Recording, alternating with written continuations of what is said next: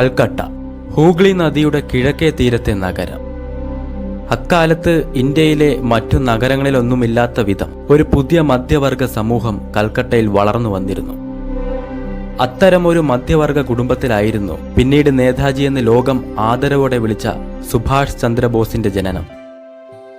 മുഴുവൻ കുടുംബ ബന്ധങ്ങളും കൽക്കട്ടയിൽ തുടരുമ്പോഴും ഒറീസയിലെ കട്ടക്കിലേക്ക് കുടിയേറിയ ജാനകിനാഥ് ബോസ്, പ്രഭാവതി ദത്ത് ദമ്പതികളുടെ 14 മക്കളിൽ 9ാമനായി 1897 ജനുവരി 23 സുഭാഷ് ജനിച്ചു.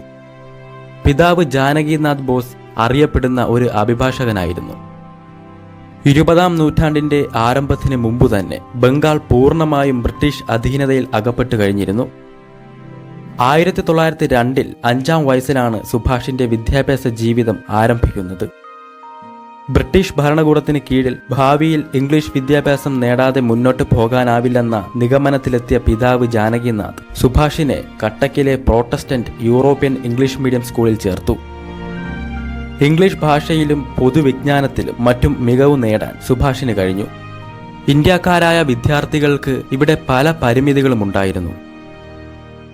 12ാം വയസ്സിലെത്തിയ സുഭാഷ് 1909 തന്റെ പ്രാഥമിക വിദ്യാഭ്യാസം പൂർത്തിയാക്കി സ്റ്റുവർട്ട് സ്കൂളിനോട് വിട പറഞ്ഞു. കട്ടക്കിലെ റാവൻഷൻ കോളേജിയേറ്റ് സ്കൂളായിരുന്നു ഹൈസ്കൂൾ വിദ്യാഭ്യാസം. പുതിയ സ്കൂളിലെ പുത്തൻ സാഹചര്യങ്ങളോട് അതിവേഗം ഇണങ്ങിച്ചേർന്ന സുഭാഷിന് ഭാരതീയ സംസ്കാരത്തെക്കുറിച്ചും ആത്മീയതയെക്കുറിച്ചും കൂടുതൽ അടുത്തറിയാൻ അവസരം ലഭിച്ചു. സുഭാഷ് ചന്ദ്രബോസിന്റെ മനസ്സിലുയർന്ന ദേശീയ ബോധത്തിന് വീര്യം പകർന്ന സംഭവമായിരുന്നു ഖുദിറാം ബോസിന്റെ രക്തസാക്ഷിത്വം. 1908 ഓഗസ്റ്റ് 11 കഷ്ടിച്ച് 11 വയസ്സ് മാത്രം പിന്നിട്ട ഖുദിറാം ബോസിനെ ബ്രിട്ടീഷ് ഭരണകൂടം തൂക്കിലേറ്റി. വെള്ളക്കാരുടെ ഈ നടപടി കൽക്കട്ടയിലും പരിസരത്തും വമ്പിച്ച പ്രതിഷേധങ്ങൾക്ക് കാരണമായി. മനഃശക്തിയും ശാന്തിയും തേടി അതിദ്രുതം സഞ്ചരിച്ച് 1913 തന്റെ മെട്രിക്കുലേഷൻ പരീക്ഷ പാസ്സാകുമ്പോഴേക്കും ഐഹിക ജീവിതത്തോട് വിരക്തി വന്ന പോലെയായി മാറിയിരുന്നു സുഭാഷ്. കൽക്കട്ട സർവകലാശാലയ്ക്ക് കീഴിലെ പ്രധാന കോളേജായി കണക്കാക്കപ്പെട്ടിരുന്ന പ്രസിഡൻസി കോളേജിൽ കലാലയ ജീവിതം ആരംഭിക്കാൻ സുഭാഷ് ചന്ദ്രബോസിന് സൗഭാഗ്യം കൈവന്നു. ആദർശ ജീവിതം നയിക്കണമെന്ന ആഗ്രഹത്തോടെ കലാലയ ജീവിതത്തിലെ ആദ്യ 2 വർഷങ്ങളിൽ വിപ്ലവകാരികളടങ്ങുന്ന വിദ്യാർത്ഥി സംഘത്തോട് അനൽപമായ ആഭിമുഖ്യം സുഭാഷിനും തോന്നിയിരുന്നു. 1914 തന്റെ മുറിയിലെ മെത്തയിൽ വിശ്രമിക്കുന്ന വേളയിൽ തന്റെ എല്ലാ ആശയങ്ങളെയും പുനഃപരിശോധിക്കാനും നാളിതുവരെ കൈക്കൊണ്ട മൂല്യങ്ങളെ വീണ്ടും വിലയിരുത്താനും 1ാം ലോക മഹായുദ്ധം സുഭാഷിൽ പ്രേരണ ചെലുത്തി. സൈനിക ശക്തിയല്ലാത്ത ഒരു രാഷ്ട്രത്തിന് അതിന്റെ സ്വാതന്ത്ര്യം കാത്തു സംരക്ഷിക്കാൻ കഴിയുമെന്ന് പ്രതീക്ഷിക്കാനാവില്ല എന്ന വലിയ സത്യം സുഭാഷിന്റെ ചിന്തകളെ ഏറിയ അളവിൽ സ്വാധീനിച്ചു. 1917 സ്കോട്ടിഷ് ചർച്ച് കോളേജിൽ 3ാം വർഷ BA വിദ്യാർത്ഥിയായി പുനഃപ്രവേശനം നേടിയ സുഭാഷ് പഠനകാര്യത്തിൽ ഏറെ ശ്രദ്ധാലുവായി. തത്വശാസ്ത്രത്തിൽ ഏറെ ആകൃഷ്ടനായാണ് ബിരുദ പഠനത്തിന് ആ വിഷയം തിരഞ്ഞെടുത്തതെങ്കിലും പരീക്ഷാഫലം അത്ര തൃപ്തികരമായിരുന്നില്ല. 1ാം ക്ലാസ് ലഭിച്ചെങ്കിലും യോഗ്യതാക്രമത്തിൽ 2ാം നിരയിലാണ് സ്ഥാനം ലഭിച്ചത്. അതുകൊണ്ട് തന്നെ ബിരുദാനന്തര ബിരുദ പഠനത്തിന് തത്വശാസ്ത്രം തുടരേണ്ടതില്ല എന്ന് സുഭാഷ് തീരുമാനിച്ചു. കൽക്കട്ടയിലെത്തിയ അച്ഛൻ 1919 ഒരു സന്ധ്യയ്ക്ക് സുഭാഷിനെ പെട്ടെന്ന് ആളെ അയച്ചു വരുത്തി. പിതാവിന്റെ താമസ സ്ഥലത്തേക്ക് സുഭാഷ് കയറി ചെന്നപ്പോൾ അദ്ദേഹവും ജ്യേഷ്ഠൻ ശരത്തും കാര്യമായ കൂടിയാലോചനയിലായിരുന്നു. സുഭാഷിനെ കണ്ടപാടെ ഇന്ത്യൻ സിവിൽ സർവീസിന് പഠിക്കാൻ ഇംഗ്ലണ്ടിലേക്ക് പോകാൻ ആഗ്രഹിക്കുന്നുണ്ടോ എന്ന ചോദ്യമായിരുന്നു പിതാവിന് ചോദിക്കാനുണ്ടായിരുന്നത്. സമ്മതം പറഞ്ഞാൽ എത്രയും വേഗം പുറപ്പെടാനാവശ്യമായ ക്രമീകരണങ്ങളുമായിട്ടായിരുന്നു പിതാവിന്റെ വരവ്. ഉപരിപഠനം ഉപേക്ഷിക്കേണ്ടി വരുമെങ്കിലും ഇംഗ്ലണ്ടിൽ ചെന്ന് സിവിൽ സർവീസ് എടുക്കാൻ തന്നെയായിരുന്നു സുഭാഷിന്റെ തീരുമാനം. ബ്രിട്ടീഷ് സർക്കാരിന് കീഴിൽ ഒരു ഉദ്യോഗം സ്വീകരിക്കുന്നതിനെക്കുറിച്ച് ഒരിക്കൽ പോലും ചിന്തിച്ചിരുന്നില്ലെങ്കിലും വിധി നിയോഗത്തിനനുസരിച്ച് സഞ്ചരിക്കാമെന്ന തീരുമാനമായിരുന്നു അത്. ഒറ്റ ആഴ്ച കൊണ്ടുതന്നെ സുഭാഷിനെ ഇംഗ്ലണ്ടിലേക്ക് അയക്കാനുള്ള മുഴുവൻ കാര്യങ്ങളും കുടുംബം ദ്രുതഗതിയിൽ നടപ്പാക്കി. ഇംഗ്ലണ്ടിലേക്ക് പോകുന്ന ഒരു ചെറു കപ്പലിൽ ഒരുവിധം ബെർത്ത് കരസ്ഥമാക്കിയിരുന്നു. 30 ദിവസം കൊണ്ട് എത്തിച്ചേരുമെന്ന് കണക്കാക്കപ്പെട്ടിരുന്ന കപ്പൽ ഒരാഴ്ച കൂടി അധികമെടുത്താണ് ഇംഗ്ലണ്ട് തീരത്തണഞ്ഞത്. ഈർപ്പം നിറഞ്ഞ മേഘാവൃതമായ കാലാവസ്ഥയാണ് ടിൽബറിയിൽ കപ്പലിറങ്ങിയ സുഭാഷിനെ കാത്തിരുന്നത്. 1920 ജൂലൈ ആദ്യം തന്നെ സിവിൽ സർവീസ് മത്സര പരീക്ഷ ലണ്ടനിൽ ആരംഭിച്ചു. 1 മാസത്തോളം നീണ്ടുനിന്ന പരീക്ഷാ പ്രക്രിയയായിരുന്നു അത്.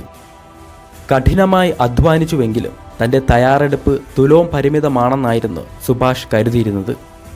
പിറ്റേന്നു രാവിലെ മോർണിംഗ് പോസ്റ്റ് പത്രത്തിന്റെ താളുകൾ മറിക്കവേ താൻ 4ാമനായി ICS പരീക്ഷ പാസ്സായി എന്ന വാർത്ത ഒത്തിരി അവിശ്വസനീയതയോടെ സുഭാഷിന്റെ കണ്ണിൽപ്പെട്ടു. ആദ്യ ശ്രമത്തിൽ തന്നെ കീഴടക്കാനായതിന്റെ സന്തോഷം മനസ്സിന്റെ ഒരു ഭാഗത്ത് നിറയുമ്പോൾ മറുഭാഗത്ത് ബ്രിട്ടീഷ് നുകത്തിന് കീഴിൽ തന്റെ കഴുത്ത് നീട്ടിക്കൊടുക്കേണ്ടി വന്നതിന്റെ കുറ്റബോധം സുഭാഷിനെ വേട്ടയാടാൻ തുടങ്ങി.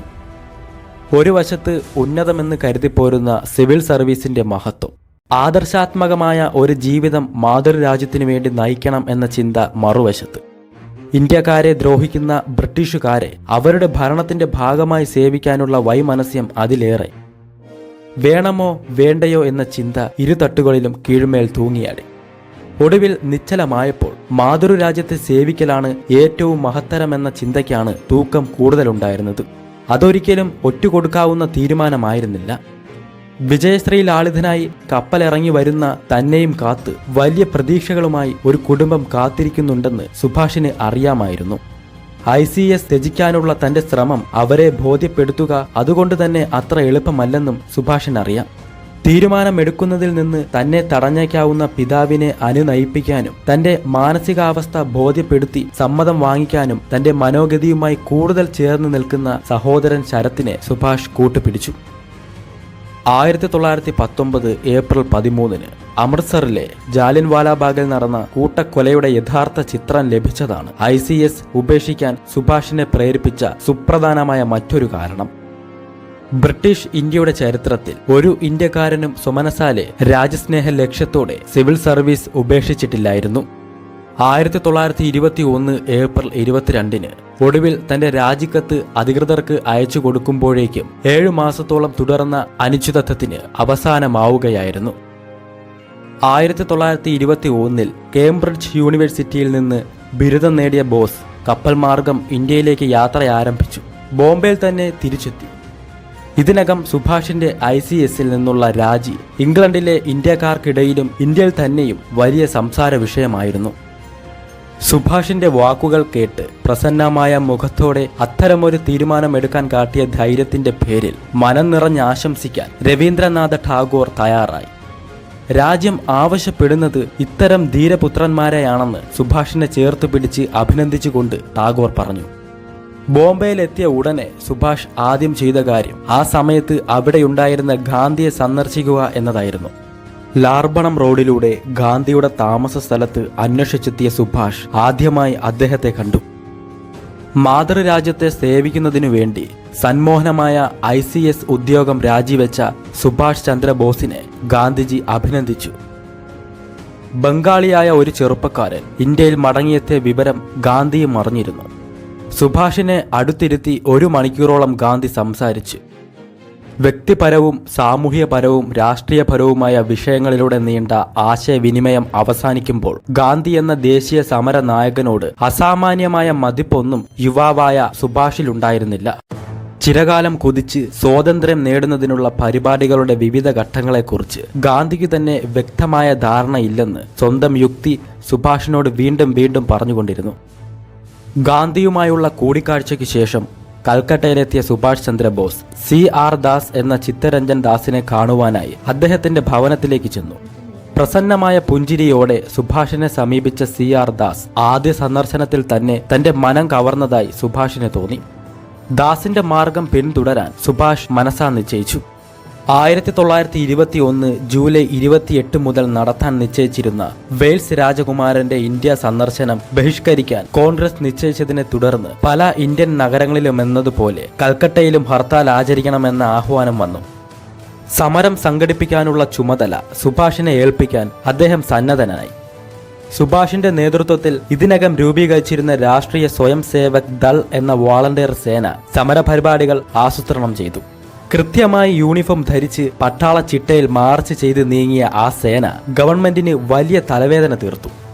1921 ഡിസംബർ 2 CR ദാസിനെയും സുഭാഷിനെയും 100 കണക്കിന് പ്രവർത്തകരെയും അറസ്റ്റ് ചെയ്തു.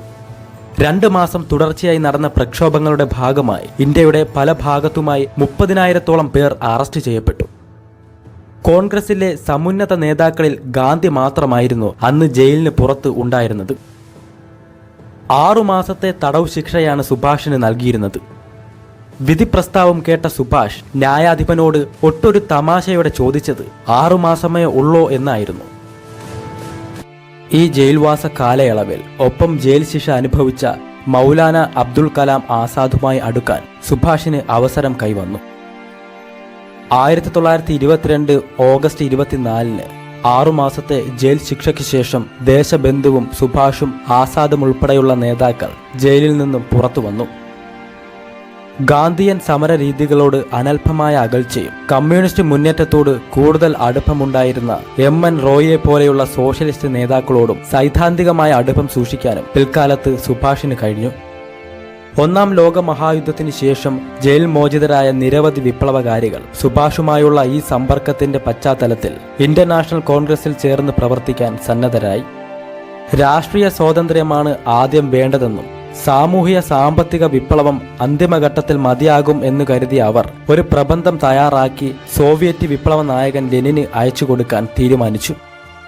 പ്രബന്ധം മോസ്കോയിൽ എത്തിക്കുന്നതിന് വേണ്ട മുൻകൈ എടുക്കാൻ സുഭാഷ് ചന്ദ്രബോസ് സന്നദ്ധനായി. 1924-ൽ ദേശബന്ധു CR ദാസ് കൽക്കട്ട മുനിസിപ്പൽ കോർപ്പറേഷന്റെ മേയറായി തിരഞ്ഞെടുക്കപ്പെട്ടു. അദ്ദേഹം ചീഫ് എക്സിക്യൂട്ടീവ് ഓഫീസറായി നിയമിച്ചത് സുഭാഷിനെയായിരുന്നു. വെറും 27 വയസ്സുള്ള സുഭാഷിന് ഭരണവകുപ്പിന്റെ തലവൻ എന്ന പദവിയിലെത്താൻ കഴിഞ്ഞതിനെ പാർട്ടി വൃത്തങ്ങൾ പൊതുവെ സ്വാഗതം ചെയ്തുവെങ്കിലും അകത്ത് ചില അസ്വാരസ്യങ്ങൾ രൂപപ്പെട്ടു. കൽക്കട്ട മുനിസിപ്പൽ കോർപ്പറേഷന്റെ CEO എന്ന നിലയിൽ സുഭാഷ് ചന്ദ്രബോസ് തന്റെ അസാധാരണ ശേഷികൾ ചെറിയ കാലയളവിൽ തന്നെ തെളിയിച്ചു.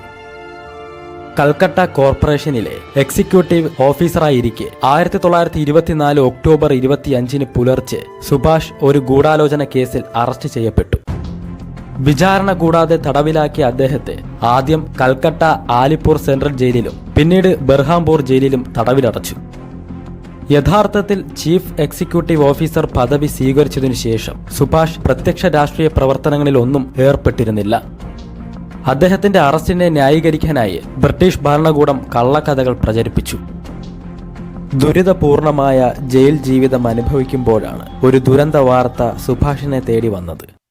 തന്റെ പ്രിയപ്പെട്ട നേതാവും രാഷ്ട്രീയ ഗുരുവുമായ CR ദാസ് മരണപ്പെട്ടു എന്ന വാർത്ത. വളരെ വൈകി മാത്രമാണ് അത് സുഭാഷിന്റെ ചെവിയിലെത്തിയത്. 1925 ജൂൺ 16-ാം തീയതി 55-ാം വയസ്സിലായിരുന്നു അദ്ദേഹത്തിന്റെ മരണം. ജയിലിൽ ക്രിസ്മസ് ആഘോഷിക്കാൻ ക്രിസ്ത്യൻ തടവുകാർക്ക് പണം നൽകിയിരുന്നു. തങ്ങൾക്ക് ദുർഗാപൂജ നടത്താനും അതുപോലെ സൗകര്യമൊരുക്കണമെന്ന ആവശ്യം സുഭാഷും ഹിന്ദു തടവുകാരും ജയിലധികാരികൾക്ക് മുമ്പാകെ വെച്ചു. എന്നാൽ ഗവൺമെന്റ് തടസ്സവാദം ഉന്നയിക്കുകയാണുണ്ടായത്. ഇതിൽ പ്രതിഷേധിച്ച് 1925 ഫെബ്രുവരിയിൽ ഒരു നിരാഹാര സമരത്തിന് സുഭാഷ് നേതൃത്വം നൽകി. സമരം 15 ദിവസം നീണ്ടുപോയതോടെ ഗവൺമെന്റ് സുഭാഷിന്റെ ആവശ്യം അംഗീകരിക്കാൻ സന്നദ്ധമായി. ദുർഗാപൂജ ആഘോഷിക്കാൻ ഫണ്ട് അനുവദിച്ചുകൊണ്ടുള്ള തീരുമാനം വന്നെങ്കിലും നിരാഹാര സമരം സുഭാഷിന്റെ ആരോഗ്യസ്ഥിതി വഷളാക്കി. ന്യൂമോണിയ അദ്ദേഹത്തെ വല്ലാതെ ഉലച്ചു. 2.5 വർഷക്കാലത്തെ ജയിൽ വാസത്തിനൊടുവിൽ ആരോഗ്യത്തിന്റെ അപകടകരമായ നില കൂടി പരിഗണിച്ച് മെഡിക്കൽ ബോർഡിന്റെ പരിശോധനയ്ക്കായി അദ്ദേഹത്തെ റങ്കൂണിലേക്ക് മാറ്റി. 1927 മെയ് മാസം പുറത്തുവന്ന മെഡിക്കൽ റിപ്പോർട്ടിന്റെ വെളിച്ചത്തിൽ സുഭാഷിനെ ജയിലിൽ നിന്ന് മോചിപ്പിക്കാൻ തീരുമാനമെടുക്കുമ്പോഴേക്കും തീർത്തും അവശനിലയിലായി കഴിഞ്ഞിരുന്നു അദ്ദേഹം. ആരോഗ്യം വീണ്ടെടുക്കുന്നതിന് ബോസ് കുടുംബാംഗങ്ങൾക്കൊപ്പം ഷില്ലോങ്ങിലേക്ക് പോയി. അവിടെ ഏതാനും മാസം ചിലവഴിക്കാൻ തീരുമാനിച്ചു. ആരോഗ്യം അല്പം മെച്ചപ്പെട്ടതോടെ ബോസ് കോൺഗ്രസ് പ്രവർത്തനത്തിൽ സജീവമായി. CR ദാസിന്റെ മരണത്തിന് മുമ്പ് തന്നെ സ്വരാജ് പാർട്ടി ക്ഷയിക്കാൻ തുടങ്ങിയിരുന്നു. 1927 അവസാനത്തോടെ ബംഗാൾ പ്രദേശ് കോൺഗ്രസ് കമ്മിറ്റിയുടെ അധ്യക്ഷനായി സുഭാഷ് ചന്ദ്രബോസ് തിരഞ്ഞെടുക്കപ്പെട്ടു. സുഭാഷിന്റെ സംഘടനാശേഷി ഏറ്റവും കൂടുതൽ പ്രകടിപ്പിക്കാൻ പറ്റിയ അവസരം ഒത്തുവന്നത് സൈമൺ കമ്മീഷനെതിരെ കോൺഗ്രസ് സ്വീകരിച്ച ബഹിഷ്കരണത്തിനിടെയായിരുന്നു. ബംഗാളിൽ സുഭാഷിന്റെ നേതൃത്വത്തിൽ അതിശക്തമായ പ്രക്ഷോഭങ്ങളായിരുന്നു അരങ്ങേറിയത്. ഇന്ത്യയിലെ വിദ്യാർത്ഥി പ്രസ്ഥാനത്തിന് തുടക്കമിട്ട സ്വതന്ത്ര ഇന്ത്യ ലീഗും ഇക്കാലയളവിൽ സജീവമായി. സൈമൺ കമ്മീഷൻ 1928 ഫെബ്രുവരി 3 മുതൽ മാർച്ച് 31 വരെയും 1928 ഒക്ടോബർ 11 മുതൽ 1929 ഏപ്രിൽ 13 വരെയും നടത്തിയ 2 സന്ദർശനങ്ങളും വർദ്ധിത വീര്യത്തോടെ ബഹിഷ്കരിക്കപ്പെട്ടു. രാജ്യത്തെ യുവജനങ്ങളെ ഏറ്റവും കൂടുതൽ ആകർഷിക്കാനായതിന്റെ പാരിതോഷികമെന്ന വണ്ണം കൽക്കട്ടയിൽ നടന്ന 1928 യൂത്ത് കോൺഗ്രസ് സമ്മേളനത്തിൽ വെച്ച് സുഭാഷിന് മറ്റൊരു സ്ഥാനം ലഭിച്ചു. അദ്ദേഹം പ്രസിഡന്റായി തിരഞ്ഞെടുക്കപ്പെട്ടു. സ്വതന്ത്ര ഇന്ത്യക്ക് ഒരു ഭരണഘടന വേണം എന്ന ആശയം മുന്നോട്ട് വെച്ച കോൺഗ്രസ് സമ്മേളനം അതിലേക്കായി മോട്ടിലാൽ നെഹ്റുവിന്റെ നേതൃത്വത്തിൽ ഒരു കമ്മിറ്റിയെ ചുമതലപ്പെടുത്തി. സമ്മേളനത്തിന് മുന്നോടിയായി സുഭാഷിന്റെ നേതൃത്വത്തിൽ സംഘടിപ്പിക്കപ്പെട്ട വാളണ്ടിയർ സേനയുടെ പട്ടാള ചിട്ടയിലുള്ള സാന്നിധ്യം ഏറെ ചർച്ച ചെയ്യപ്പെട്ടു. കോൺഗ്രസിന്റെ വോളണ്ടിയർ സംഘത്തിന്റെ തലവനായ സുഭാഷാണ് ആ സേനയെ സംഘടിപ്പിച്ചതും അർദ്ധ സൈനിക രീതിയിൽ പരിശീലനം നൽകിയതും അവരെ പട്ടാള ചിട്ടയിൽ അണിനിരത്തിയതുമെന്ന കാര്യം ഏവർക്കും അറിയാമായിരുന്നു. സേനയ്ക്ക് മോട്ടോർ സൈക്കിൾ വിഭാഗം, അശ്വവിഭാഗം ഉൾപ്പെടെ പല യൂണിറ്റുകളുമുണ്ടായിരുന്നു. സുരക്ഷിതമായ ഒരു കോൺഗ്രസ് വോളണ്ടിയർ സേനയ്ക്ക് രൂപം നൽകിയ സുഭാഷിന്റെ മിടുക്ക് ഏറെ പ്രകീർത്തിക്കപ്പെട്ടു. തികഞ്ഞ അച്ചടക്കമുള്ള ഒരു വനിതാ വിഭാഗവും ഈ സേനയുടെ ഭാഗമായി ഉണ്ടായിരുന്നു. യൂണിഫോം ധരിച്ച് വോളണ്ടിയർ സേനയെ മുന്നിൽ നിന്ന് നയിച്ച വെള്ളക്കുതിരപ്പുറത്തേറി നീങ്ങിയ സുഭാഷിന് താരത്തിളക്കം കൈവന്ന നിമിഷങ്ങളായിരുന്നു അത്. സുഭാഷ് സംഘടിപ്പിച്ച വോളണ്ടിയർ സേനയെ പക്ഷേ ഗാന്ധിജി വിമർശിക്കുകയാണ് ഉണ്ടായത്. കോൺഗ്രസ് സമ്മേളനം അതുവരെ നടന്നതിൽ വെച്ച് ഏറ്റവും വലിയ സമ്മേളനമായിരുന്നു. 1930 ജനുവരി 23 പിറന്നാൾ ദിനത്തിൽ മർദ്ദിതരുടെ ജാഥ നയിച്ചതിനാണ് സുഭാഷിനെ പോലീസ് അറസ്റ്റ് ചെയ്ത് ജയിലിൽ അടച്ചത്. 1930 സെപ്റ്റംബർ 25 ജയിൽ മോചിതനായ സുഭാഷ് ഉടൻ തന്നെ കൽക്കട്ട മേയറുടെ പദവി ഏറ്റെടുത്തു. തുടർന്നുള്ള നാളുകളിൽ രാജ്യമെങ്ങും സഞ്ചരിച്ച് നിരവധി പൊതുസമ്മേളനത്തിൽ പ്രസംഗിച്ച് രാജ്യത്തിന്റെ സ്വാതന്ത്ര്യത്തെ സംബന്ധിച്ച തന്റെ ആശയങ്ങൾ ജനങ്ങളുമായി പങ്കുവച്ചു. കൽക്കട്ട മേയറായിരിക്കെ 1931 ജനുവരി 26 സുഭാഷിന്റെ നേതൃത്വത്തിൽ നടന്ന പ്രകടനത്തെ പോലീസ് നേരിട്ടത് ക്രൂരമായിട്ടായിരുന്നു. പ്രവർത്തകർക്ക് നേരെ ലാത്തി പ്രയോഗിച്ച പോലീസിന്റെ മൃഗീയ താണ്ഡവത്തിൽ സുഭാഷിന് കാര്യമായി പരിക്കേറ്റു. കസ്റ്റഡിയിലെടുത്ത സുഭാഷിനെ മരുന്നോ ചികിത്സയോ ഭക്ഷണമോ പോലും നൽകാതെ ലാൽ ബസാർ പോലീസ് സ്റ്റേഷനിൽ പാർപ്പിച്ചു. സുഭാഷിന്റെ ആരോഗ്യനില അനുദിനം വഷളായി. ഒടുവിൽ സ്വന്തം ചെലവിൽ യൂറോപ്പിലേക്ക് ചികിത്സയ്ക്ക് പോകാൻ സുഭാഷിനെ ജയിൽ അധികൃതർ സമ്മതിച്ചു. ഏതെങ്കിലും തരത്തിൽ സുഭാഷിനെ രാജ്യത്ത് നിന്ന് അകറ്റി നിർത്താമെന്ന കുബുദ്ധിയായിരുന്നു ഇതിനു പിന്നിൽ. ഭരണകൂടം ഏറ്റവും അപകടകാരി എന്ന് വിശ്വസിച്ചിരുന്ന സുഭാഷിനെ ചികിത്സാർത്ഥമെങ്കിലും അകറ്റി നിർത്താൻ കഴിഞ്ഞാൽ അത്രയും ആശ്വാസം എന്നതായിരുന്നു അവരുടെ ചിന്ത. സുഹൃത്തുക്കളിൽ നിന്ന് സമാഹരിച്ച തുകയിലൂടെ യാത്രയ്ക്കുള്ള വക കണ്ടെത്തിയ സുഭാഷ് 1933 ഫെബ്രുവരി 23 യൂറോപ്പിലേക്ക് തിരിച്ചു. സുഭാഷ് ബ്രിട്ടനിൽ പ്രവേശിക്കുന്നതിൽ നിന്ന് ഗവൺമെന്റ് നേരത്തെ വിലക്കേർപ്പെടുത്തിയിരുന്നു. 1933 മാർച്ച് 8 ആസ്ട്രേലിയയിലെ വിയന്നയിലെത്തിയ സുഭാഷിന് വിദഗ്ധ ചികിത്സ തുടങ്ങി. കൂടുതൽ ചികിത്സയ്ക്കായി അവിടെ നിന്ന് സ്വിറ്റ്സർലാൻഡിലേക്ക് പോയ സുഭാഷ് സ്വിറ്റ്സർലാൻഡിൽ വെച്ച് തൃപ്തികരമായ വിദഗ്ധ ചികിത്സ ലഭിച്ചതോടെ സുഭാഷിന്റെ ആരോഗ്യനില മെച്ചപ്പെടാൻ തുടങ്ങി. രോഗക്കിടക്കയിൽ വെച്ചു തന്നെ ഇടവേളകളിൽ അദ്ദേഹം യൂറോപ്പിലെ പ്രമുഖ രാഷ്ട്രീയ നേതാക്കളുമായി ബന്ധപ്പെടാനും ശ്രമം നടത്തി. ഇന്ത്യയിൽ ഇതേ സമയം സിവിൽ നിയമലംഘന പ്രസ്ഥാനം കൂടുതൽ കരുത്താർജിച്ച് മുന്നോട്ടു പോകുകയായിരുന്നു. 1933 ഓഗസ്റ്റ് മാസത്തിൽ മാത്രം 4500 സത്യാഗ്രഹികൾ ജയിലിലായി. യൂറോപ്പിൽ ജീവിച്ച കാലയളവിൽ സുഭാഷിന്റെ ജീവിതത്തിൽ നിർണായകമായ ഒട്ടേറെ വഴിത്തിരിവുകൾ സംഭവിക്കുന്നുണ്ടായിരുന്നു. യൂറോപ്പിൽ ജീവിച്ചതിന്റെ ഫലമായി വിവിധ രാജ്യങ്ങളുടെ ഭരണഘടനകളെക്കുറിച്ച് പഠിക്കാനും അവിടങ്ങളിൽ നടന്ന സ്വാതന്ത്ര്യ സമരങ്ങളെക്കുറിച്ച് മനസ്സിലാക്കാനും അദ്ദേഹത്തിന് അവസരം ലഭിച്ചു. അതുകൊണ്ട് കൂടിയാണ് ഇന്ത്യൻ സ്ട്രഗിൾ എന്ന പുസ്തകം എഴുതി പൂർത്തിയാക്കാൻ ബോസിന് കഴിഞ്ഞത്. ഗ്രന്ഥരചനയിൽ ബോസിനെ സഹായിച്ചത് ബഹുഭാഷാ പണ്ഡിതയായ എമിലി ഷെങ്കലായിരുന്നു. 1934-36 കാലത്ത് തന്റെ സെക്രട്ടറിയായി സേവനമനുഷ്ഠിച്ച എമിലിയുമായി സുഭാഷ് പ്രണയത്തിലായി.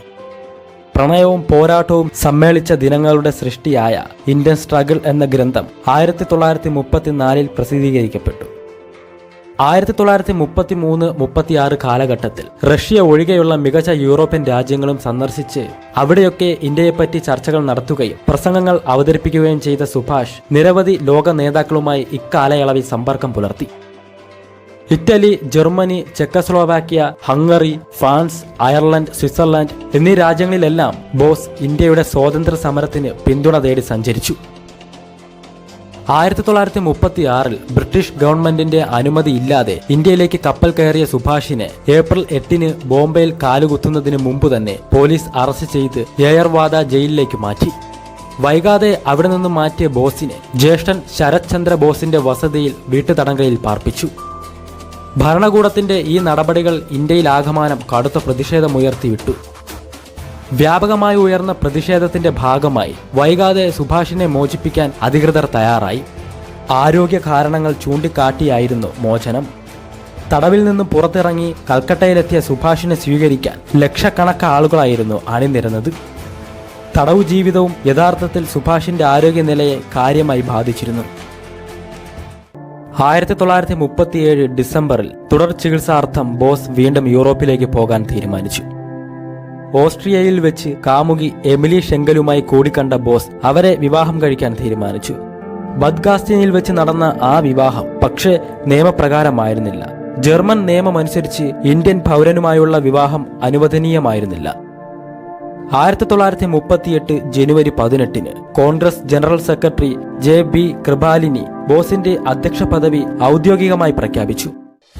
വെറും 41 വയസ്സ് മാത്രമുള്ള ബോസിനെ അഖിലേന്ത്യാ കോൺഗ്രസ് സമ്മേളനത്തിന്റെ അധ്യക്ഷനായി നിശ്ചയിച്ച നടപടി ആ സമ്മേളനത്തെ ലോകമെങ്ങും ഏറെ ശ്രദ്ധേയമാക്കി.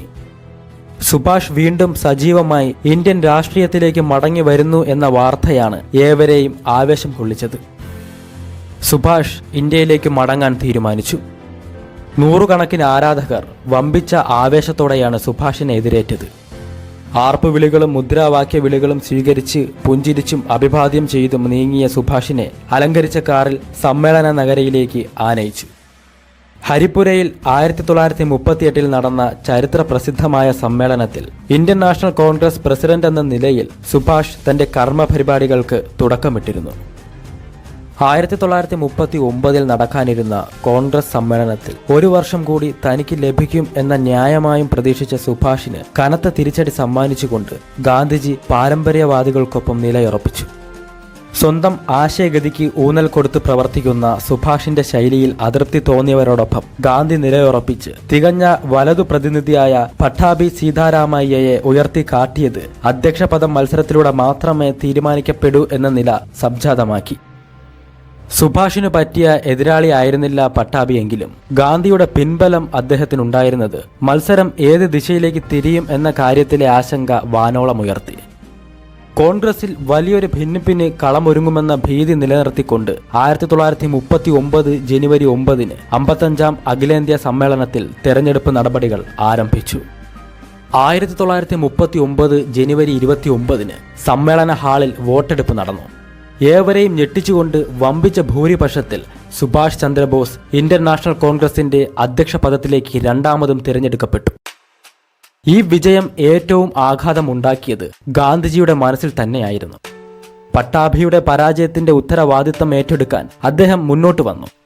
പട്ടാഭിയെ സ്ഥാനാർത്ഥിയാക്കിയതും സ്ഥാനാർത്ഥിത്വം പിൻവലിക്കാതിരിക്കാൻ സമ്മർദ്ദം ചെലുത്തിയതും താനായിരുന്നു എന്ന് ഗാന്ധിജി പ്രസ്താവിച്ചു. പരാജയം പട്ടാഭിയേക്കാൾ ബാധിക്കുന്നത് തന്നെയാണെന്നും ഗാന്ധിജി തുറന്നു പറഞ്ഞു. ഈ പരാജയത്തിൽ ഞാൻ സന്തുഷ്ടനാണ്. എന്തു തന്നെയായിരുന്നാലും സുഭാഷ് ബാബു രാജ്യത്തിന്റെ ശത്രുവല്ല. അദ്ദേഹം രാജ്യത്തിനു വേണ്ടി യാതനകൾ അനുഭവിച്ചിട്ടുണ്ട്. അദ്ദേഹത്തെ പോലെ അദ്ദേഹത്തിന്റെ നയവും പരിപാടികളും കൂടുതൽ സാഹസികമാണ്. അദ്ദേഹത്തിന് വിജയം ആശംസിക്കാൻ മാത്രമേ എനിക്ക് സാധിക്കൂ എന്നായിരുന്നു സുഭാഷിന്റെ വിജയത്തെ പരാമർശിച്ച് ഗാന്ധിയുടെ പ്രതികരണം.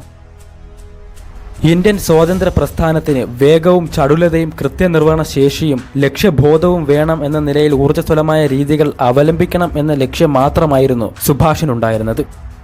സ്വാതന്ത്ര്യ സമരത്തെ അന്താരാഷ്ട്ര വേദികളിൽ പ്രസക്തമാക്കാൻ ലോകമെങ്ങുമുള്ള ബ്രിട്ടീഷ് വിരുദ്ധ ശക്തികളുടെ സഹായം തേടുക മാത്രമാണ് സുഭാഷ് ചെയ്തിരുന്നത്. 1939 മെയ് 3 സുഭാഷ് ഫോർവേഡ് ബ്ലോക്ക് പ്രഖ്യാപിച്ചു. രാജ്യത്തെ യുവജനത തന്റെ ആശയത്തോടൊപ്പം ചേരുമെന്നും കോൺഗ്രസ് ഫോർവേഡ് ബ്ലോക്കിന്റെ അജണ്ടകൾക്കു വേണ്ടി നിലകൊള്ളുന്ന സാഹചര്യം ഉരുത്തിരിയുമെന്നും സുഭാഷ് പ്രത്യാശിച്ചു. രാജേന്ദ്ര പ്രസാദിന്റെ നേതൃത്വത്തിൽ സ്ഥിതിഗതികൾ വിലയിരുത്തിയ കോൺഗ്രസ് വർക്കിംഗ് കമ്മിറ്റി വിമത പ്രവർത്തനങ്ങളെ ഒരിക്കലും പ്രോത്സാഹിപ്പിക്കില്ലെന്ന് കാണിച്ച് 3 വർഷത്തേക്ക് സുഭാഷിനെ കോൺഗ്രസിൽ നിന്ന് പുറത്താക്കാൻ തീരുമാനിച്ചു.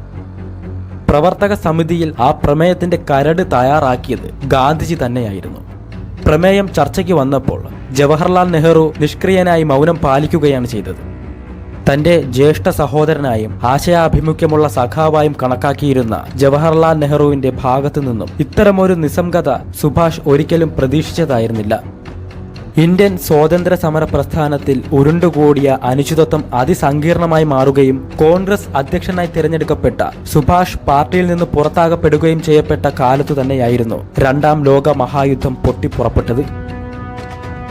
1940 ഡിസംബർ അവസാനത്തോടെ തന്റെ വീട്ടിൽ സുഭാഷ് ഏകാന്തവാസം പ്രഖ്യാപിച്ചു. അത്ര അടുപ്പമുള്ളവരൊഴിച്ച് ആരെയും കാണാൻ കൂട്ടാക്കാതെ അദ്ദേഹം തന്റെ കട്ടിലിലും കിടപ്പറയിലുമായി കഴിച്ചുകൂട്ടി. ക്ഷൗരം പോലും ചെയ്യാത്ത മുഖവുമായി ആശയറ്റവനെ പോലെ തോന്നിപ്പിച്ച സുഭാഷ് പുറം ലോകവുമായി ഉണ്ടായിരുന്ന എല്ലാ ബന്ധങ്ങളും വിച്ഛേദിച്ചു. മനസ്സിലുറപ്പിച്ച ഒരു ദീർഘയാനത്തിന് വേണ്ട ശാരീരികമായ തയ്യാറെടുപ്പുകൾ നടത്താൻ വേണ്ടിയായിരുന്നു ഈ ഒറ്റപ്പെടൽ എന്ന് വളരെ വൈകിയാണ് ഏറ്റവും അടുത്തവർക്ക് പോലും മനസ്സിലായത്. 1941 ജനുവരി 17 പുലർച്ചെ പുറപ്പെടാനാണ് സുഭാഷ് തീരുമാനിച്ചത്. 1941 ജനുവരി 26 അഫ്രിഡി ഗോത്രമേഖലയുടെ അതിർത്തിയിലേക്ക് സുഭാഷ് ചന്ദ്രബോസ് യാത്ര തുടർന്നു. 1941 ജനുവരി 26 ഈ ദിവസമായിരുന്നു തന്റെ തിരോധാനം ലോകത്തോട് വെളിപ്പെടുത്താൻ സുഭാഷ് കുടുംബാംഗങ്ങളോട് ആവശ്യപ്പെട്ടിരുന്നത്. തന്റെ രഹസ്യ യാത്ര ആസൂത്രണം ചെയ്യുമ്പോൾ നടത്തിയിരുന്ന കണക്ക് കൂട്ടൽ അനുസരിച്ച് ഈ ദിവസം തന്നെ പെഷവാറിൽ നിന്ന് 11 മൈൽ അപ്പുറത്തുള്ള ഒരു പട്ടാള ക്യാമ്പിനടുത്ത് വെച്ച് സഞ്ചരിച്ച കാർ ഉപേക്ഷിച്ച് സുഭാഷ് ബ്രിട്ടീഷ് പ്രദേശത്തിന്റെ അതിർത്തി കടന്നു. ദീർഘകാലമെടുത്ത് തയ്യാറാക്കിയ രഹസ്യ യാത്രാ പദ്ധതി വലിയൊരു വിജയമായതിന്റെ ആമോദത്തിലായി സുഭാഷ്. 1941 ഏപ്രിൽ ആദ്യവാരം തന്നെ തന്റെ ലക്ഷ്യസ്ഥാനമായ ബെർലിനിലെത്തി. ബെർലിനിലെത്തിയ സുഭാഷിന് മുന്നിൽ ഒരു നിമിഷം പോലും പാഴാക്കാനില്ലായിരുന്നു. യൂറോപ്പിൽ താമസിച്ച് യുദ്ധം സൃഷ്ടിച്ച അവസ്ഥ പരമാവധി മുതലാക്കാനായിരുന്നു സുഭാഷിന്റെ ശ്രമം. ബ്രിട്ടൻ മാത്രമായിരുന്നു നാസി പടയുടെ പ്രഹരശേഷി നേരിട്ടനുഭവിക്കാൻ ബാക്കിയുണ്ടായിരുന്നത്. വളരെ കരുതി മാത്രമേ ജർമ്മനിയുമായി ഇടപെടാവൂ എന്ന് സുഭാഷിന് അറിയാമായിരുന്നു. ജർമ്മൻ നേതൃത്വത്തിനോട് തന്റെ വരവിന്റെ ഉദ്ദേശം ബോധിപ്പിക്കാൻ സുഭാഷ് തീരുമാനിച്ചു. ജർമ്മൻ അധികൃതരുമായി നേരിട്ട് ഇടപെടുന്നതിന് മുമ്പ് തന്നെ തന്റെ ലക്ഷ്യപ്രാപ്തിക്ക് ആവശ്യമായ അടിസ്ഥാന പ്രവർത്തനങ്ങൾ സുഭാഷ് ആരംഭിച്ചു കഴിഞ്ഞിരുന്നു. 1941 നവംബർ 20 ഫ്രീ ഇന്ത്യ സെന്ററിൽ ആദ്യ യോഗം ചേർന്നതോടെ സുഭാഷിന് സമാന മനസ്കരായ ഒട്ടേറെ അനുയായികളെ കണ്ടെത്താനായി. ജർമ്മനി റഷ്യയെ ആക്രമിച്ച ജൂൺ 22 സുഭാഷ് ചന്ദ്രബോസ് യുദ്ധ തടവുകാരായി പിടിക്കപ്പെട്ട ഇന്ത്യക്കാരെ അണിനിരത്തി സ്വന്തം സൈനിക വിഭാഗത്തെ സംഘടിപ്പിക്കാൻ തുടങ്ങി. ദിവസങ്ങൾക്കകം പുനഃസംഘടിക്കപ്പെട്ട ഒരു സേനാ വിഭാഗത്തെ രൂപീകരിക്കാൻ സുഭാഷിന് കഴിഞ്ഞു. റഷ്യയെ ആക്രമിക്കുന്ന തിരക്കിനിടയിലും സുഭാഷിന്റെ ആവശ്യങ്ങളോട് നല്ല രീതിയിൽ പ്രതികരിക്കാൻ ഹിറ്റ്ലർ തയ്യാറായി. പ്രക്ഷേപണ മന്ത്രാലയത്തിലെ 2 ഉദ്യോഗസ്ഥരെ സുഭാഷിനെ സഹായിക്കുന്നതിനു വേണ്ടി ഹിറ്റ്ലർ നിയമിച്ചു. സുഭാഷിന്റെ നിർദ്ദേശങ്ങൾ യുദ്ധഗതി തങ്ങൾക്ക് അനുകൂലമാക്കി മാറ്റാൻ തീർത്തും സഹായകമായ ഒന്നാണെന്ന് വിലയിരുത്തിയ ജപ്പാൻ ഹിറ്റ്ലറും മുസോളിനിയും ചേർന്നെടുത്ത തീരുമാനത്തെ പിന്തുണച്ച് രംഗത്ത് വന്നു. ഈ കടമ്പ കൂടി കടന്നതോടെ ശത്രുവിന്റെ ശത്രു മിത്രം എന്ന ന്യായം അവലംബിച്ച് ബ്രിട്ടീഷുകാരെ ഇന്ത്യയിൽ നിന്ന് തുരത്താനുള്ള തന്റെ കർമ്മ പദ്ധതി ഊർജിതമായി നടപ്പിലാക്കാൻ സുഭാഷിന്റെ മുമ്പിൽ അവസരം തെളിഞ്ഞു വന്നു. അച്ചുതണ്ട് ശക്തികളുടെ അധികാരം കിട്ടിയതോടെ സുഭാഷിനെ ബന്ധപ്പെട്ട് ജർമ്മൻ സ്റ്റേറ്റ് സെക്രട്ടറി ക്ലപ്പർ അദ്ദേഹത്തിന്റെ ശ്രമങ്ങൾക്ക് ജർമ്മനിയുടെ പൂർണ്ണ പിന്തുണ അറിയിച്ചു.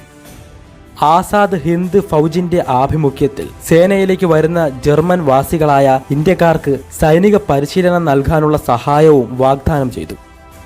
സേന വിപുലപ്പെടുത്തുന്നതിനും കാര്യക്ഷമമായ യുദ്ധ പരിശീലനം ഉറപ്പുവരുത്തുന്നതിനും വേണ്ടി രാത്രിയും പകലുമില്ലാതെ സുഭാഷ് 7 മാസത്തോളം കഠിനാധ്വാനം ചെയ്തു. സുസംഘടിതമായ ഒരു സേനയായി രൂപാന്തരപ്പെട്ട ആസാദ് ഹിന്ദ് ഫൗജ് ഇന്റർനാഷണൽ ആർമി എന്ന പേരിൽ ബെർലിൻ കേന്ദ്രീകരിച്ച് പട നയിക്കാൻ ഒരുങ്ങിയതിന്റെ വാർത്തകൾ തന്റെ റേഡിയോ പ്രക്ഷേപണത്തിലൂടെ സുഭാഷ് ലോകത്തോട് വിളിച്ചു പറഞ്ഞു. ഇന്റർനാഷണൽ ആർമിയുടെ കമാൻഡറായി സുഭാഷ് അവരോധിതനായ വിവരവും മോചന ശ്രമങ്ങൾക്ക് ഊർജം പകർന്നു. 1942 നവംബറിൽ സുഭാഷിനെ തേടി വിയന്നയിൽ നിന്ന് ഒരു ശുഭവാർത്തയെത്തി. എമിലി ഷെങ്കൽ ഒരു പെൺകുഞ്ഞിന് ജന്മം നൽകി എന്നതായിരുന്നു അത്. പിതാവായതിന്റെ സന്തോഷം പങ്കിടാൻ സുഭാഷ് വൈകാതെ വിയന്നയിലെത്തി. എമിലിയെയും കുഞ്ഞിനെയും സന്ദർശിച്ച അദ്ദേഹം തന്റെ അടുത്ത ഇടത്താവളം ജപ്പാനാണ് എന്ന കാര്യവും അവരെ ധരിപ്പിച്ചു.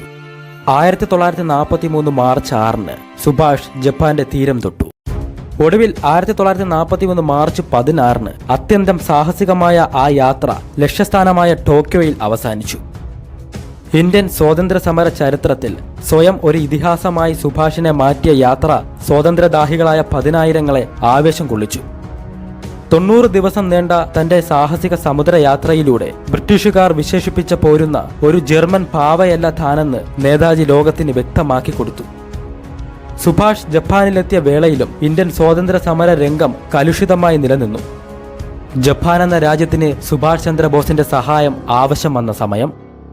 ഇന്റർനാഷണൽ ആർമിയുടെ സഹായത്തോടെ ജോഹോർ കേന്ദ്രീകരിച്ച് കരവഴി ആക്രമണം നടത്താനുള്ള ജാപ്പനീസ് പദ്ധതിയെക്കുറിച്ച് സിംഗപ്പൂർക്കാർക്ക് അറിവുണ്ടായിരുന്നില്ല. ഒരാഴ്ച കൊണ്ട് സിംഗപ്പൂർ ജപ്പാന്റെ പിടിയിലമർന്നു. 1943 ജൂണിൽ സിംഗപ്പൂരിൽ മടങ്ങിയെത്തിയ റാഷ് ബിഹാരിക്കൊപ്പം ഏവരെയും അതിശയിപ്പിക്കുന്ന ഒരു സാന്നിധ്യമായി സുഭാഷ് ചന്ദ്രബോസ് കടന്നു വന്നു. ആദ്യ സന്ദർശനത്തിൽ തന്നെ സിംഗപ്പൂരിലെ INA അംഗങ്ങളെ തന്റെ ഉറച്ച വാഗ്വിലാസം കൊണ്ട് ആവേശം കൊള്ളിക്കാൻ നേതാജിക്ക് കഴിഞ്ഞു. സുഭാഷ് ചെല്ലുന്നിടത്തെല്ലാം വമ്പിച്ച ജനക്കൂട്ടം ആകൃഷ്ടരായി എത്തിച്ചേർന്നു. ആരാധകരെ അഭിവാദ്യം ചെയ്ത് സുഭാഷ് സിംഗപ്പൂരിലുടനീളം യാത്ര ചെയ്തു. സിംഗപ്പൂരിലെ കതായി ഹാളിൽ നടന്ന സമ്മേളനത്തിൽ അധ്യക്ഷനായ റാഷ് ബിഹാരി ബോസ് സുഭാഷിനെ ആദ്യമായി നേതാജി എന്ന് അഭിസംബോധന ചെയ്തു. INA-യുടെയും ഇൻഡിപെൻഡൻസ് ലീഗിന്റെയും ഇനിയുള്ള നേതാവ് സുഭാഷ് ചന്ദ്ര ബോസായിരിക്കുമെന്ന് വേദിയിൽ ഉപനിഷ്ഠനായ സുഭാഷിനെ ചൂണ്ടി റാഷ് ബിഹാരി ബോസ് പ്രഖ്യാപിച്ചതോടെ കതായി ഹാളിൽ തിങ്ങി നിറഞ്ഞ ഇന്ത്യൻ ആരാധകർ ആവേശത്തിന്റെ പരകോടിയിലായി. ഇളകിമറിയുന്ന സദസ്സിനെ അഭിസംബോധന ചെയ്ത് ദീർഘമായി സംസാരിച്ച നേതാജി ഇന്ത്യൻ സ്വാതന്ത്ര്യത്തിനു വേണ്ടി പ്രവർത്തിക്കുക അല്ലെങ്കിൽ മരിക്കുക എന്ന ആഹ്വാനമുയർത്തി. യോഗത്തിൽ INA ഭടന്മാരുടെ കർണങ്ങളിലൂടെ പിന്നീട് ഏറെ നാൾ ഉച്ചസ്ഥരം ഉദ്ഘോഷിക്കപ്പെട്ട ചലോ ദില്ലി എന്ന മുദ്രാവാക്യം സുഭാഷ് ഉറക്കെ ചൊല്ലി. അവിടെ കൂടിയ സ്വാതന്ത്ര്യദാഹികളുടെ അത്യന്തം പ്രക്ഷോഭഭരിതമായ മുഖത്ത് നോക്കിയ സുഭാഷ് വികാരഭരിതനായി. ഇന്ത്യൻ മണ്ണിൽ ഒരിക്കൽ നാം കാൽ വെച്ചാൽ ഇന്ത്യ മുഴുവൻ വിപ്ലവ തിരമാലകളായി ഉയരുമെന്നും അത് ബ്രിട്ടീഷ് സാമ്രാജ്യത്തെ പാതാളത്തിലേക്ക് ചവിട്ടി താഴ്ത്തുമെന്നും സുഭാഷ് ചന്ദ്രബോസ് ഒരു ദൃഢപ്രതിജ്ഞ പോലെ പറഞ്ഞു. സ്വതന്ത്ര ഇന്ത്യയുടെ ഒരു പ്രവിശ്യ ഭരണകൂടം വൈകാതെ സ്ഥാപിക്കുമെന്നും അതിന്റെ അടിസ്ഥാനത്തിൽ ഭാരതമോചന പോരാട്ടത്തിന് നേതൃത്വം കൊടുക്കുമെന്നുമുള്ള ശുഭപ്രതീക്ഷ അദ്ദേഹം പങ്കുവച്ചു. ഇന്ത്യൻ നാഷണൽ ആർമിയുടെ അധിപനായി അവരോധിതനായെങ്കിലും സൈനികമായ സ്ഥാനമാനങ്ങൾ നേതാജി സ്വീകരിച്ചില്ല. 1943 ഒക്ടോബർ 21 സിംഗപ്പൂരിലെ കത്തായി ഹാളിൽ തിങ്ങി നിറഞ്ഞ പുരുഷാരത്തെ സാക്ഷി നിർത്തി സ്വതന്ത്ര ഇന്ത്യയുടെ പ്രവാഹി ഗവൺമെന്റ് രൂപീകരിച്ചതായി നേതാജി പ്രഖ്യാപിച്ചു. പ്രവിശ്യ ഭരണകൂടത്തിന്റെ പ്രധാനമന്ത്രിയായി സത്യപ്രതിജ്ഞ ചെയ്ത സുഭാഷ് ചന്ദ്രബോസ് അധികാരമേറ്റെടുത്തു. യുദ്ധകാര്യത്തിന്റെയും വിദേശകാര്യത്തിന്റെയും ചുമതല കൂടാതെ INA-യുടെ സർവ്വസൈനാധിപൻ എന്ന പദവിയും സുഭാഷ് ചന്ദ്രബോസ് ഏറ്റെടുത്തു. ക്യാപ്റ്റൻ ലക്ഷ്മി സ്വാമിനാഥൻ വനിതാ സംഘടനകളുടെയും ഭരണാധിപൻ എന്ന നിലയിൽ സുഭാഷ് എടുത്ത ആദ്യ തീരുമാനം ബ്രിട്ടനെതിരെയും അമേരിക്കക്കെതിരെയും യുദ്ധം പ്രഖ്യാപിക്കുക എന്നതായിരുന്നു. 1943 മെയ് മാസം നേതാജി സിംഗപ്പൂരിൽ ഇറങ്ങുമ്പോൾ സേനയുടെ അംഗബലം 30,000 മാത്രമായിരുന്നുവെങ്കിൽ കേവലം 2 ആഴ്ച കൊണ്ട് അത് 60,000-ആയി ഉയർന്നു. 18-നും 25-നും ഇടയിലുള്ള യുവാക്കളെ സേനയിൽ ചേർത്ത് തീവ്ര പരിശീലനം നൽകി യുദ്ധസജ്ജരാക്കി. ആസാദ് ഹിന്ദ് ഗവൺമെന്റിന്റെ അധീന പ്രദേശമായ ആൻഡമാൻ നിക്കോബാർ ഏറ്റെടുക്കാനായി 1943 ഡിസംബർ അവസാനം സുഭാഷ് ചന്ദ്രബോസ് ഇന്ത്യൻ മണ്ണിലെത്തി. ഷഹീദ്, സ്വരാജ് എന്നിങ്ങനെ പുനർനാമകരണം ചെയ്ത് ദ്വീപ് സമൂഹങ്ങളെ ഭാരതീയമാക്കുകയാണ് ആദ്യം ചെയ്തത്. ആസാദ് ഹിന്ദ് ഗവൺമെന്റിന്റെ കീഴിൽ വരുന്ന മുഴുവൻ ധനവും കൈകാര്യം ചെയ്യുന്നതിന് ഒരു ബാങ്ക് ആരംഭിക്കാൻ നേതാജി തീരുമാനിച്ചു. ആസാദ് ഹിന്ദ് ബാങ്ക് എന്ന പേരിൽ ആരംഭിക്കുന്ന ഔദ്യോഗിക ബാങ്കിന് പ്രാരംഭ മൂലധനമായി 50 ലക്ഷം രൂപ നിശ്ചയിക്കപ്പെട്ടു. 1944 ഏപ്രിൽ 4 ബാങ്ക് ഔദ്യോഗികമായി പ്രവർത്തനങ്ങൾ ആരംഭിച്ചു. ആസാദ് ഹിന്ദ് ബാങ്കിന് ചുരുങ്ങിയ സമയം കൊണ്ട് 30 ശാഖകൾ ആരംഭിക്കാൻ കഴിഞ്ഞു. നേതാജിയെ ജീവനോടെ പിടികൂടുക എന്നത് ബ്രിട്ടീഷ് പ്രധാനമന്ത്രി വിൻസ്റ്റൺ ചർച്ചിലിന്റെയും ദക്ഷിണ പൂർവേഷ്യൻ കമാൻഡർ ലൂയി മൗണ്ട് ബാറ്റന്റെയും അഭിമാന പ്രശ്നമായി മാറി. 1945 ഏപ്രിൽ 23 ആകുമ്പോഴേക്കും ജപ്പാൻ സൈനികരെല്ലാം റംഗൂൺ വിട്ടിരുന്നു. ജപ്പാൻ അധികാരികൾ എത്രയും വേഗം റംഗൂൺ വിടണമെന്ന് നേതാജിയോട് അഭ്യർത്ഥിച്ചു. നിരന്തരമായ സമ്മർദ്ദങ്ങൾക്കൊടുവിൽ അദ്ദേഹം വഴങ്ങി. ഏപ്രിൽ 24 രാത്രി 10 മണിക്ക് നേതാജിയും സംഘവും ബാങ്കോക്കിലേക്കുള്ള യാത്ര ആരംഭിച്ചു. നേതാജിയും അനുചരന്മാരും മെയ് 6 ബാങ്കോക്കിലെത്തി. സോവിയറ്റ് യൂണിയനുമായി ബന്ധപ്പെട്ട് പുതിയ യുദ്ധതന്ത്രം ആവിഷ്കരിക്കണമെന്ന് ആത്മമിത്രമായ ജപ്പാൻ നാവികസേന ഓഫീസർ നക്കോഡ നേതാജിയോട് ആവശ്യപ്പെട്ടു. 1945 ജൂലൈ അവസാനം നേതാജി സെറേംബൻ, കോലാലംപൂർ എന്നിവിടങ്ങൾ സന്ദർശിച്ചു. ജപ്പാനിൽ യുദ്ധത്തിന്റെ അഗ്നി പടരാൻ തുടങ്ങിയിരുന്നു. പ്രതികാരദാഹിയായ അമേരിക്കൻ വൈമാനികർ അവിടുത്തെ ചെറുഗ്രാമങ്ങൾ പോലും വെറുതെ വിട്ടില്ല. 2500 വർഷത്തെ ചരിത്രത്തിലാദ്യമായി ജപ്പാൻകാർ പരാജയം, കീഴടങ്ങാൻ തുടങ്ങിയ വാക്കുകൾ മന്ത്രിച്ചുകൊണ്ടിരിക്കെ ഹിരോഷിമയിലും നാഗസാക്കിയിലും മരണദേവത ചടുല നൃത്തം ചവിട്ടി. ലോകം വിറങ്ങലിച്ചു നിന്ന ആ ദിവസങ്ങളിൽ ആസാദ് ഹിന്ദിന്റെയും ഇന്ത്യൻ ഇൻഡിപെൻഡൻസ് ലീഗിന്റെയും പ്രമുഖരെല്ലാം സെറോംബനിൽ എത്തിച്ചേർന്നു. ഓഗസ്റ്റ് 12 നേതാജിയും കൂട്ടാളികളും സിംഗപ്പൂരിലേക്ക് മടങ്ങാൻ തീരുമാനിച്ചു. സിംഗപ്പൂരിൽ അവശേഷിക്കുന്ന INA പോരാളികളുടെയും ടോക്കിയോ ബോയ്സിന്റെയും ഭാവിയെക്കുറിച്ച് നേതാജി ഉത്കണ്ഠാകുലനായി. തന്റെ മുമ്പിലുള്ള സാധ്യതകൾ അസ്തമിച്ചുവെന്ന് മനസ്സിലാക്കിയ നേതാജി മുഴുവൻ സൈന്യത്തെയും പിരിച്ചുവിട്ടു. ഓഗസ്റ്റ് 13, 14 തീയതികളിൽ തുടർച്ചയായി ആസാദ് ഹിന്ദ് മന്ത്രിസഭായോഗം ചേർന്നു. നേതാജി യോഗത്തിലുടനീളം നിശബ്ദനായിരുന്നു. വിപ്ലവനായകനെ ശത്രുവിന്റെ കൈകളിലെത്താൻ അനുവദിക്കരുതെന്ന് മന്ത്രിസഭ ഏകകണ്ഠമായി തീരുമാനിച്ചു. നേതാജിയെ ജീവനോടെ പിടികൂടിയാൽ ഇന്ത്യയിൽ കൊണ്ടുവരാതെ ബർമയിൽ തന്നെ വിചാരണ നടത്തി തൂക്കിലേറ്റുകയോ അതുവരെ വിചാരണ കൂടാതെ ഏതെങ്കിലും വിദൂര ദ്വീപിൽ തടവിലാക്കുകയോ വേണമെന്ന അഭിപ്രായമായിരുന്നു വേവൽ പ്രഭുവിനും സഹപ്രവർത്തകർക്കും ഉണ്ടായിരുന്നത്. കടുത്ത സമ്മർദ്ദങ്ങൾക്കൊടുവിൽ സിംഗപ്പൂർ വിട്ടുപോകാൻ നേതാജി സമ്മതിച്ചു. തന്റെ അസാന്നിധ്യത്തിൽ ആസാദ് ഹിന്ദ് സർക്കാരിന്റെ തലവനായി അദ്ദേഹം സമൻ കിയാനിയെ നിയമിച്ചു. ദുഃഖഭരിതമായ അന്തരീക്ഷത്തിൽ SA അയ്യർ നേതാജിയോട് ചോദിച്ചു, നേതാജി ഇനി ഏത് ദിശയിൽ? നിർനിമേഷനായി ആ ധീരനായകൻ പ്രതിവചിച്ചു, എന്റെ പ്രയാണം നിഗൂഢതയിലേക്കാണ്. ഓഗസ്റ്റ് 16 ഉച്ചയോടെ വിമാനമാർഗം ബാങ്കോക്കിലെത്തിയ നേതാജിയെ കാണാൻ സന്ദർശക പ്രവാഹമായിരുന്നു. എന്നാൽ ഒരു ഭീരുവിനെ പോലെ ഒളിച്ചു കഴിയാൻ ആ ധീരസേനാനി ഒരുക്കമായിരുന്നില്ല. ഓഗസ്റ്റ് 17 കാലത്ത് 8 മണിക്ക് അദ്ദേഹം വിമാനത്തിൽ സൈഗോണിലേക്ക് യാത്രയായി. വിയന്നയിലെ വീട്ടിൽ അമ്മയ്ക്കും സഹോദരിക്കുമൊപ്പം കഴിയുകയായിരുന്ന നേതാജിയുടെ ഭാര്യ എമിലി ഷെങ്കൽ സാധാരണ പോലെ റേഡിയോയിലെ സായാഹ്ന വാർത്ത കേൾക്കുകയായിരുന്നു. ഇന്ത്യൻ വീരനായകൻ സുഭാഷ് ചന്ദ്രബോസ് തെയ്ഹൊക്കുവിൽ വിമാനാപകടത്തിൽ കൊല്ലപ്പെട്ടു എന്നതായിരുന്നു അന്നത്തെ പ്രധാന വാർത്ത. ഇടിവെട്ടേറ്റതുപോലെ അമ്മയും സഹോദരിയും എമിലിയെ നോക്കി നിന്നു. എമിലിക്ക് തന്റെ ജീവിതത്തിലേക്ക് പ്രളയജലം ഇരമ്പിക്കയറി വരുന്നത് പോലെ തോന്നി. ദുരന്ത വാർത്തയറിഞ്ഞ ഉടനെ വൈസ്രോയി വേവൽ പ്രഭു തന്റെ ഡയറിയിൽ ഇങ്ങനെ കുറിച്ചു, സുഭാഷ് ചന്ദ്രബോസ് മരിച്ചുവെന്ന് ഞാൻ വിശ്വസിക്കുന്നില്ല. ഇത് അദ്ദേഹത്തിന് ഒളിവിൽ കഴിയാനുള്ള തന്ത്രമാണെന്ന് തോന്നുന്നു. 1945 ഓഗസ്റ്റ് 18 തായ്പേയിലെ തെയ്ഹൊക്കുവിൽ വിമാനാപകടത്തിൽ നേതാജി കൊല്ലപ്പെട്ടുവെന്ന വാർത്ത ലോകത്തെ അറിയിക്കുന്നത് ജപ്പാൻ ന്യൂസ് ഏജൻസി ഡിമയാണ്. ഓഗസ്റ്റ് 24, 25 തീയതികളിൽ ഇന്ത്യക്കകത്തും പുറത്തുമുള്ള വാർത്താ മാധ്യമങ്ങൾ ദുരന്ത വാർത്ത റിപ്പോർട്ട് ചെയ്തു. ആരെങ്കിലും അദ്ദേഹത്തിന്റെ ചിതാഭസ്മം എന്നെ കാണിക്കുകയാണെങ്കിൽ പോലും സുഭാഷ് ജീവിച്ചിരിപ്പില്ലെന്ന് ഞാൻ വിശ്വസിക്കില്ല. ബോസ് തിരിച്ചു വരുമെന്ന് ഗാന്ധി പ്രതീക്ഷിക്കുന്നു എന്ന പ്രധാന വാർത്ത ന്യൂയോർക്ക് ടൈംസ് ലോകത്തെ അറിയിച്ചു. ഒടുവിൽ നേതാജി ജീവിച്ചിരിപ്പില്ലെന്ന് ഗാന്ധിജിക്ക് ബോധ്യമായി. 1946 ഏപ്രിൽ 7 നേതാജി ജീവിച്ചിരിപ്പുണ്ടോ എന്ന തലക്കെട്ടിൽ ഹരിജനയിൽ എഴുതിയ ലേഖനത്തിൽ ഗാന്ധിജി ഇങ്ങനെ രേഖപ്പെടുത്തി, 1945 നടന്ന അദ്ദേഹത്തിന്റെ മരണത്തിന് രേഖാമൂലമുള്ള തെളിവുകളോ മൃതദേഹത്തിന്റെ ഫോട്ടോയോ ഇതുവരെയും ലഭ്യമായിട്ടില്ല. ജപ്പാനിലേക്കുള്ള യാത്രാമധ്യേ ഫോർമോസിലുണ്ടായ ഒരു വിമാനാപകടത്തിൽ 1945 ഓഗസ്റ്റ് 18 സുഭാഷ് ചന്ദ്രബോസ് അന്തരിച്ചു എന്ന വാർത്തയായിരുന്നു ടോക്കിയോ റേഡിയോ ലോകത്തെ അറിയിച്ചത്. പലതരം വാർത്തകൾ പ്രചരിച്ചു. നേതാജി മരിച്ചിട്ടില്ല, ജീവിച്ചിരിക്കുന്നു, സന്യാസിയായി ഹിമാലയ സാനുക്കളിൽ തപസ് അനുഷ്ഠിക്കുന്നു, അവസരം വരുമ്പോൾ പുറത്തുവരാൻ ഏതോ അജ്ഞാത കേന്ദ്രത്തിൽ ഒളിച്ചിരിക്കുന്നു, ശത്രുക്കൾ തടവുകാരനായി പിടിച്ചിരിക്കുന്നു, സൈബീരിയയിലേക്ക് നാടുകടത്തിയിരിക്കുന്നു. ഇതൊക്കെയായിരുന്നു പ്രചരിച്ച പ്രധാന ഊഹാപോഹങ്ങൾ. ബ്രിട്ടീഷുകാർ ഇന്ത്യയിൽ നിന്ന് കെട്ടുകെട്ടുന്ന മുഹൂർത്തത്തിൽ നേതാജി ഇവിടെ പ്രത്യക്ഷപ്പെടുമെന്നും ഇന്ത്യയുടെ സാരഥ്യം കൈയേൽക്കുമെന്നും ചിലർ വിശ്വസിച്ചു. ഉത്തരം കിട്ടാത്ത ഒരു പ്രഹേളിക പോലെ നേതാജി എന്ന ധീരയോദ്ധാവും അദ്ദേഹത്തിന്റെ ദുരൂഹമായ തിരോധാനവും നിരന്തരം ചർച്ച ചെയ്യപ്പെട്ടു. നേതാജി കണ്ട സ്വപ്നം സഫലമായി. ഇന്ത്യ സ്വതന്ത്രമായി. നേതാജി സുഭാഷ് ചന്ദ്രബോസ് ബ്രിട്ടീഷുകാർക്ക് എക്കാലത്തും ഒരു പേടി സ്വപ്നമായിരുന്നു.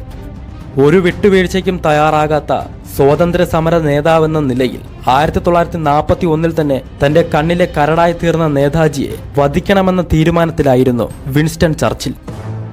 പിടികിട്ടിയാൽ അയാളെ ഒരു മതിലിനോട് ചേർത്ത് നിർത്തി വെടിവെക്കുമെന്ന് തന്റെ അനുയായികളോട് പറഞ്ഞ ചർച്ചിലിന് നേതാജിയുടെ മരണവാർത്ത വ്യാജമാണെന്ന കാര്യത്തിൽ സംശയം ബലപ്പെട്ടിരുന്നു. സ്വാതന്ത്ര്യത്തെ സ്നേഹിക്കുന്ന, മോചനം കൊതിക്കുന്ന കോടാനുകോടി മനുഷ്യരുടെ മുന്നിൽ നേതാജി ഇന്നും ജീവിക്കുന്നു. ഇതിഹാസ കഥകളെ വെല്ലുന്ന സാഹസികതയിൽ ഉടലും ഉയിരും സമർപ്പിച്ച് ദേശമോചനത്തിനു വേണ്ടി പൊരുതിയ ആ പോരാളി ജീവിതത്തിലുടനീളം ഇടിമിന്നലിന്റെ ശോഭ പകർത്തുകയും കൊടുങ്കാറ്റിന്റെ പ്രതീതി സൃഷ്ടിക്കുകയും ചെയ്തിട്ടുണ്ട്. സ്വാതന്ത്ര്യബോധത്തിന്റെ ഒളിമങ്ങാത്ത പ്രതീകമായി നേതാജി സുഭാഷ് ചന്ദ്രബോസ് ലോകമെമ്പാടുമുള്ള ജനങ്ങളുടെ മനസ്സിൽ തിളങ്ങുന്ന ഓർമ്മയായി ജ്വലിച്ചു നിൽക്കുന്നു.